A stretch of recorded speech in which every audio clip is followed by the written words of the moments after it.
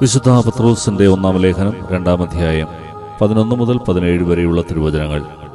പ്രിയപ്പെട്ടവരെ, നിങ്ങളുടെ ആത്മാവിനെതിരായി പോരാടിക്കൊണ്ടിരിക്കുന്ന ശാരീരിക പ്രവണതകളിൽ നിന്ന് പരദേശികളും വിപ്രവാസികളും എന്ന നിലയിൽ ഒഴിഞ്ഞു നിൽക്കാൻ നിങ്ങളോട് ഞാൻ അപേക്ഷിക്കുന്നു. വിജാതിയരുടെ ഇടയിലുള്ള നിങ്ങളുടെ പെരുമാറ്റം നന്നായിരിക്കട്ടെ. നിങ്ങൾ ദുഷ്കർമ്മികളാണെന്ന് നിങ്ങൾക്കെതിരായി പറയുന്നവർ നിങ്ങളുടെ നല്ല പ്രവൃത്തികൾ കണ്ട് പ്രത്യാഗമന ദിവസം ദൈവത്തെ സ്തുതിക്കട്ടെ. ഉന്നതാധികാരിയായ രാജാവോ ദുഷ്കർമ്മികളെ ശിക്ഷിക്കാനും സൽക്കർമ്മികളെ പ്രശംസിക്കുവാനുമായി രാജാവിനാൽ അയക്കപ്പെടുന്ന പ്രാദേശികാധികാരികളോ ആരായിരുന്നാലും നിങ്ങൾ കർത്താവിനെ പ്രതി എല്ലാ മാനുഷികാധികാരങ്ങൾക്കും വിധേയരായിരിക്കുവേൻ. നന്മ പ്രവർത്തിച്ചുകൊണ്ട് നിങ്ങൾ മൂഢരായ മനുഷ്യരുടെ അജ്ഞതയെ നിശബ്ദമാക്കണം എന്നതാണ് ദൈവഹിതം. നിങ്ങൾ സ്വതന്ത്രരായി ജീവിക്കുവേൻ. എന്നാൽ സ്വാതന്ത്ര്യം തിന്മയുടെ ആവരണമാകരുത്. മറിച്ച് ദൈവത്തിൻ്റെ ദാസരെ പോലെ ജീവിക്കുവേൻ. എല്ലാ മനുഷ്യരെയും ബഹുമാനിക്കുവേൻ. നമ്മുടെ സഹോദരരെ സ്നേഹിക്കുവേൻ. ദൈവത്തെ ഭയപ്പെടുവീൻ. രാജാവിനെ ബഹുമാനിക്കുവേൻ. വിശുദ്ധ പൗലോസ് ശ്ലീഹ ഗലാത്യയിലെ സഭയ്ക്ക് എഴുതിയ ലേഖനം 1-ാം അധ്യായം 11 മുതൽ 24 വരെയുള്ള തിരുവചനങ്ങൾ. സഹോദരരെ, ഞാൻ പ്രസംഗിച്ച സുവിശേഷം മാനുഷികമല്ല എന്ന് നിങ്ങളെ ഞാൻ അറിയിക്കുന്നു. എന്തെന്നാൽ മനുഷ്യനിൽ നിന്നല്ല ഞാനത് സ്വീകരിച്ചത്, ആരും അത് തന്നെ പഠിപ്പിച്ചതുമല്ല. യേശുക്രിസ്തുവിന്റെ വെളിപാടിലൂടെയാണ് അതെനിക്ക് ലഭിച്ചത്. മുമ്പ് യഹൂദമതത്തിലായിരുന്നപ്പോഴത്തെ എൻ്റെ ജീവിതത്തെപ്പറ്റി നിങ്ങൾ കേട്ടിട്ടുണ്ടല്ലോ. ഞാൻ ദൈവത്തിൻ്റെ സഭയെ കഠിനമായി പീഡിപ്പിക്കുകയും അതിനെ ഉന്മൂലനം ചെയ്യാൻ പരിശ്രമിക്കുകയും ചെയ്തിരുന്നു. എൻ്റെ വംശത്തിൽപ്പെട്ട സമപ്രായക്കാരായ അനേകരേക്കാൾ യഹൂദമത കാര്യങ്ങളിൽ ഞാൻ മുൻപന്തിയിലായിരുന്നു. എൻ്റെ പിതാക്കന്മാരുടെ പാരമ്പര്യങ്ങളിൽ അത്യധികം തീക്ഷ്ണമതിയുമായിരുന്നു. എന്നാൽ ഞാൻ മാതാവിൻ്റെ ഉദരത്തിലായിരിക്കുമ്പോൾ തന്നെ ദൈവം എന്നെ പ്രത്യേകം തിരഞ്ഞെടുത്തു. തൻ്റെ കൃപയാൽ അവിടുന്ന് എന്നെ വിളിച്ചു. അത് അവിടുത്തെ പുത്രനെ പറ്റി വിജാതിയരുടെ ഇടയിൽ പ്രസംഗിക്കാൻ അവനെ എനിക്ക് വെളിപ്പെടുത്തി തരേണ്ടതിനായിരുന്നു. ഞാൻ ഒരു മനുഷ്യന്റെ ഉപദേശം തേടാൻ നിന്നില്ല.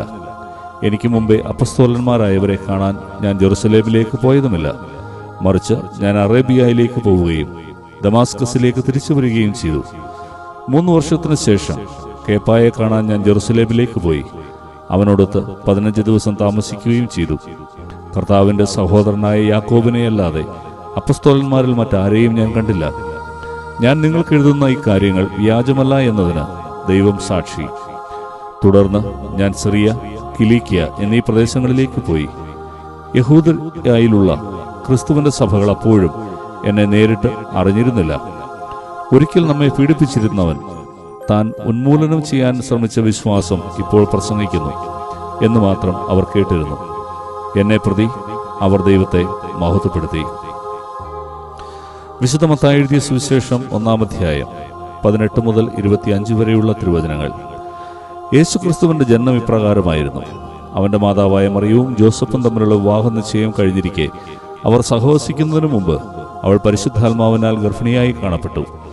അവളുടെ ഭർത്താവായ ജോസഫ് നീതിമാനാകയാലും അവളെ അപമാനിതയാക്കാൻ ഇഷ്ടപ്പെടായികയാലും അവളെ രഹസ്യമായി ഉപേക്ഷിക്കാൻ തീരുമാനിച്ചു. അവൻ ഇതേക്കുറിച്ച് ആലോചിച്ചുകൊണ്ടിരിക്കെ കർത്താവിന്റെ ദൂതൻ സ്വപ്നത്തിൽ പ്രത്യക്ഷപ്പെട്ട് അവനോട് പറഞ്ഞു, ദാവീദിന്റെ പുത്രനായ ജോസഫ്, മറിയത്തെ ഭാര്യയായി സ്വീകരിക്കാൻ ശങ്കിക്കേണ്ട. അവൾ ഗർഭം ധരിച്ചിരിക്കുന്നത് പരിശുദ്ധാത്മാവിൽ നിന്നാണ്. അവളൊരു പുത്രനെ പ്രസവിക്കും. നീ അവൻ യേശു എന്ന് പേരിടണം. എന്നാൽ അവൻ തന്റെ ജനത്തെ അവരുടെ പാപങ്ങളിൽ നിന്ന് മോചിപ്പിക്കും.